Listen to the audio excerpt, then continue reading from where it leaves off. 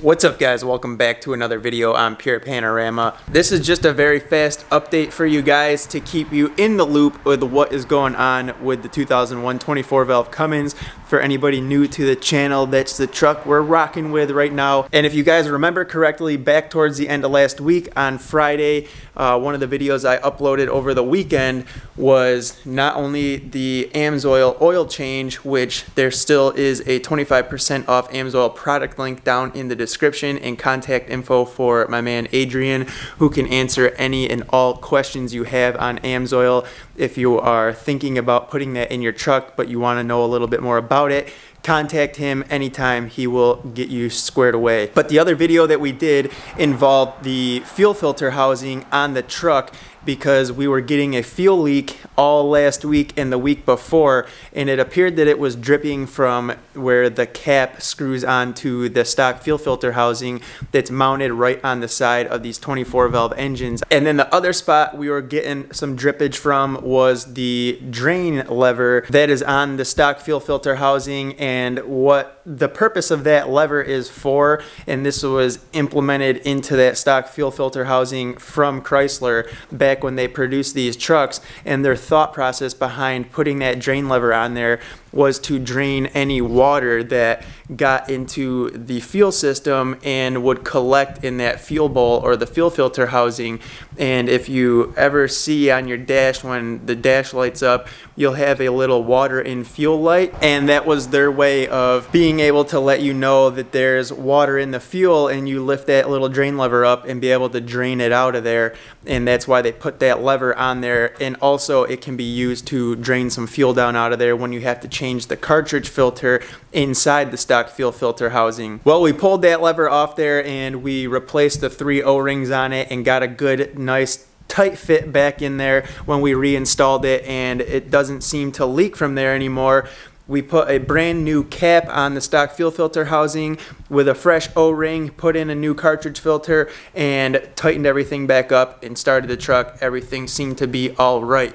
Well, I got to work Monday morning and went in to slap a 3rd coat of mud on the ceilings and walls that we just put drywall up on. And when I came back out to hop in the truck and go to the next job site, what did I see underneath the truck? Lo and behold, a nice puddle of fresh diesel fuel. So one of our repairs didn't do the trick. It didn't work.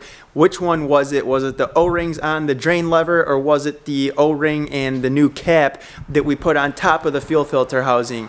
Well, I fired up the truck, got up underneath the hood, and started to investigate and look, and no shit, it looked like it was still dripping and leaking from somewhere around the cap. Towards the back, like towards the firewall area, there was moisture and fuel up on the cap, and I could see some drips of fuel coming from there down onto the front differential. I checked my 90-degree push lock fitting that mounts up to the top of the fuel filter housing and has my fuel feed line coming from the Fast Platinum 150.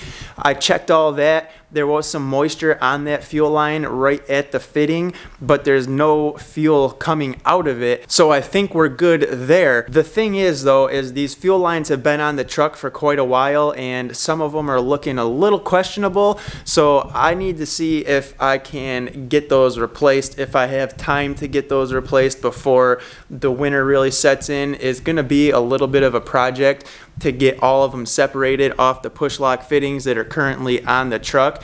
What I might have to do is just order all new push lock fittings and get everything kind of all mapped out and put together, and then just go and undo each line one at a time and rehook them up. Although I would like to avoid doing that because I already have all the fittings that I need, so maybe I could just get all the line that I need, get all the new rubber fuel line, and then undo one line at a time and just kind of re-splice in the new lines and run all fresh ones. But anyways, I'm telling you guys all this just to keep you in the loop and let you know that our parts will be here Friday, so that we can actually do that fuel filter housing delete once and for all on the 24 valve and just get rid of it and not have to, hopefully not have to worry about this damn poor design of a fuel filter housing that was put on these trucks. So when those parts get here on Friday, tomorrow for you guys, I will definitely show you what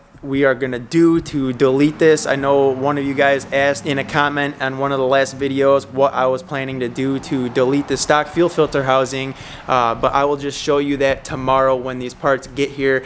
I actually forgot to order some fittings that I'm gonna need in order to do this and hook everything up, so I need to run inside and get on the computer so that I can order those, and hopefully I can get them overnighted, sent out tomorrow, overnighted or 2-day shipped, and I can get them here by Saturday, because I would like to get this stuff done over the weekend when I have some time to be able to just rip it all off, put the new one in place, and see if there's going to be any issues. It's not something that I really want to dive into one night after work and then run into a wall and not be able to finish it up and then be stuck not having the truck operational for the next day to get to work. So I need to get in there, see if I can get these fittings ordered, and go from there. I should be good if I order them tonight and just pay the extra for the overnight shipping, but sometimes that's the name of the game, and when you're not thinking clearly and you're ordering parts and you don't order stuff that you need, well, that's the price you pay as well. I'll go over what fittings I'm using, the sizes of things, the lines, all that stuff when we get everything here and I'm showing it to you, so you can know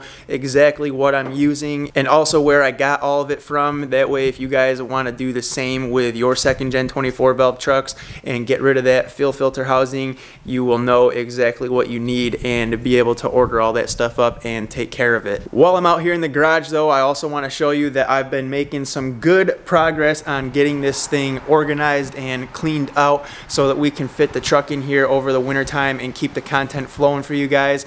I told you guys that that was going to be a big focus of mine, was to get this gone through and organized, get things out of the way so that we could fit vehicles in here and so that I could fit the truck in here to get work done on it, because last year I was not able to do that, and by the time I got out of work and I'd get home, it would be pitch black, freezing cold, and I obviously wasn't going to roll around in the snow to film videos. But this year we are going to be doing it different. We are going to have space opened up in here to where I'll be able to squeeze the truck in here, drop the doors.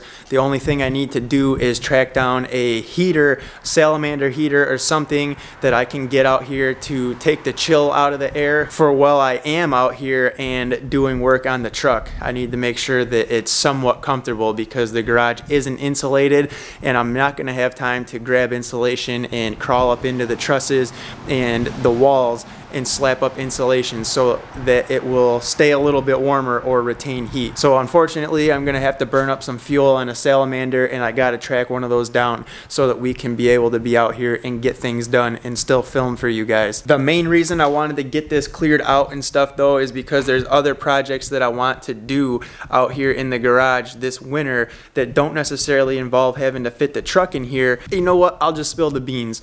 You guys have all seen and commented on the rust on the passenger side door on my truck, and you know, I've been wanting to do something about that, but I just ran out of resources and time this summer to really get into that and take care of it. But I was thinking that this winter, if I can have the space out here, which I am going to have the space because I've been busting my hump in the garage trying to get it organized and straightened out. But I'm thinking that this winter, aside from doing a headlight build series of videos for you guys, I also want to try and track down a couple of rust-free doors and work on them out here on learning the body work, learning the paint, and just go through them and get them all set and prepared so that when winter is over and spring comes around again, we can go ahead and install them on the truck and finally get rid of that nasty looking passenger door on there, have the truck looking the way that it should, and be good to go for next summer. So that's another, I guess, winter video series that I want to try and get into and do for you guys and pump out, so you guys can look forward to that. I was going to keep that a secret until I knew for sure it was going to happen and I could get everything, but just know that I am trying to work on that and trying to make that happen. There is one other thing that I do want to try and do for a winter video series, and it's a big thing that the truck definitely needs. The truck definitely could use it. I definitely want it and want it done for the truck, but I am not going to say anything about that yet because I don't know if it's going to be able to happen. But just know that it is something definitely big. I think you guys would all enjoy the content. It would be a great learning experience for me and you guys.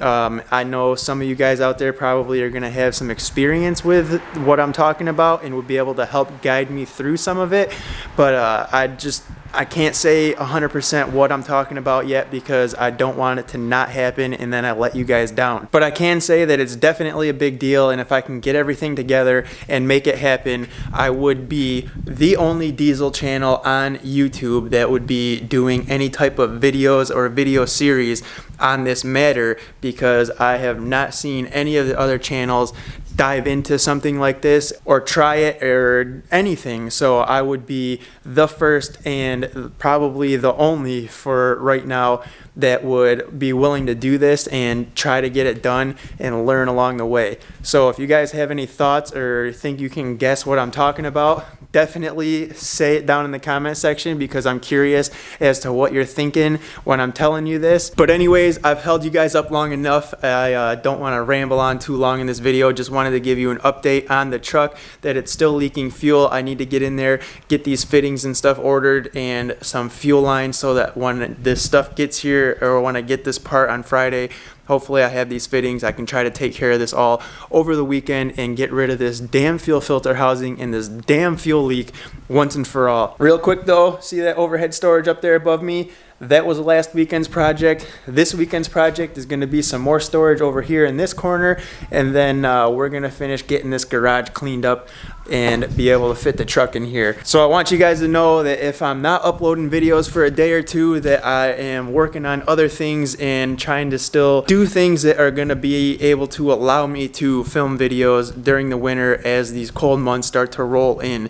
So I'm not just not filming and uploading because I'm doing other things. I'm still doing stuff that pertain to the channel and trying to plan for the future and be prepared for it. That's all though, guys. Like I said, I've held you up long enough. Hit that thumbs up button for me on your way out. If you're stopping in for the first time, hit that subscribe button, and I will see you tomorrow hopefully with another new video.